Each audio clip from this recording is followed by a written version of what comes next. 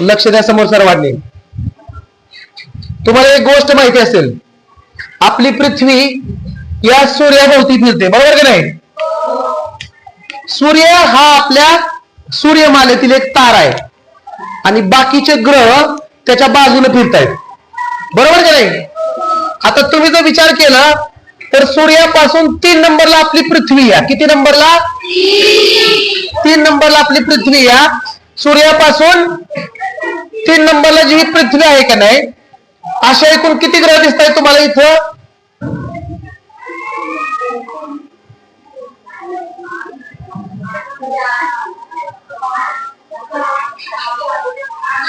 म्हणजे आपल्या सौरमालेत, आपल्या सोलर सिस्टीम मध्ये एकूण किती ग्रह आहेत? 8 ग्रह आहेत. आता तुम्हाला एक इंटरेस्टिंग फॅक्ट अशी सांगायची की आपली ही सूर्यमाला आपल्या गॅलेक्सी मध्ये आहे. गॅलेक्सी म्हणजे आपल्या आकाशगंगेमध्ये, आणि ही आहे आपली आकाशगंगा. दिसते का तुम्हाला इथं? आणि या आकाशगंगेमध्ये आपल्या सूर्यमालेचं स्थान, आपला सूर्य आणि 8 ग्रह हे फक्त का या इथं आहे. तिथं बोल दिसतोय का? VAR ही लिहिलंय की नाही? हे इथं आहेत.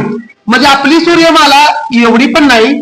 आपली सूर्यमाला जर एवढी असेल, आपली सोलर सिस्टीम जर एवढ्या भागात आहे आपल्या आकाशगंगेच्या, तर आपली आकाशगंगा किती मोठी दिसते का तुम्हाला?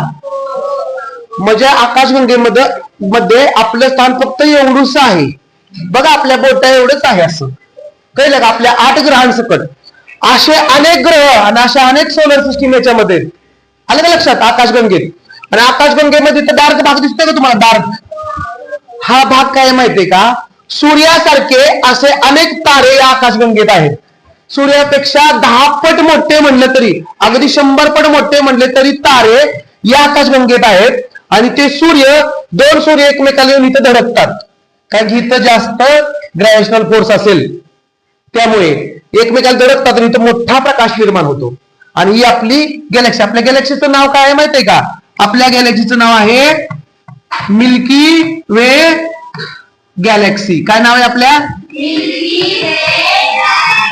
हे आपल्या आकाशगंगेचं नाव आहे. मग मला सांगा, विचार करा तुम्ही, एवढ्या मोठ्या आकाशगंगेत एवढंच स्थान आपलं आहे, तर अशा किती सोलर सिस्टीम याच्यामध्ये असतील? असा अंदाज बांधला जातोय. कन्फर्म आकडा सांगितला जात नाही शास्त्रज्ञांकडून, परंतु जवळजवळ 100 अब्ज असू शकतात. किती? 100 अब्ज.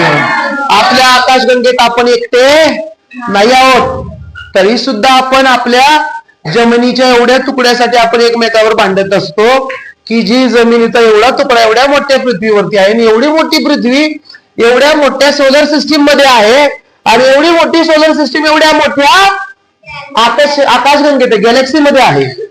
लांबून जर पाहिलं तर नासाने एक इमेज टाकली होती, त्यांच्या नासाच्या वेबसाईटवर आहे. आपली पृथ्वी अगदी एवढ्या टिंब दिसतो, असा एवढीशी आपली जागा कशामध्ये? या ब्रह्मांडामध्ये किंवा या गॅलेक्सीमध्ये.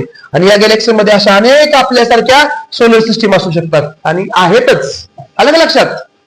आता इथून बघा, ग्रहांचं सूर्यापासून स्थान दर्शवलं. या इथं सूर्य आहे, हा समजा हा सूर्य या इथं बघा. आता हे तुम्हाला अभ्यासाला म्हणून. आणि इथून ग्रहांचं स्थान दर्शवलंय बघा.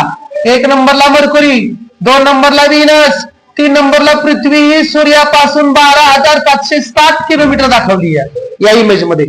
यात काही कमी जास्त असेल, चुकीचा आकडा असू शकतो, तुम्ही शोधून बघा. कळलं का?